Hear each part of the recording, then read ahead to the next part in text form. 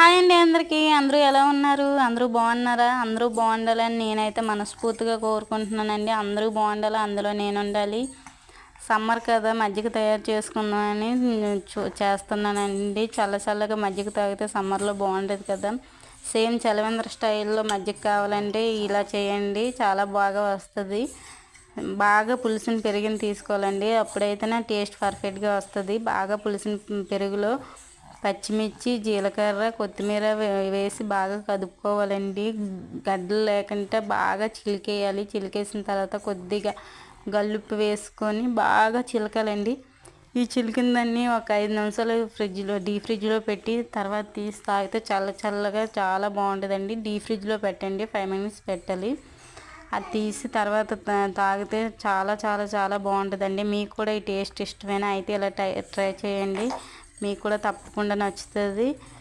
అలాగే నా వీడియోకి లైక్ చేసి ఛానల్ సబ్స్క్రైబ్ చేసేయండి. Bye bye.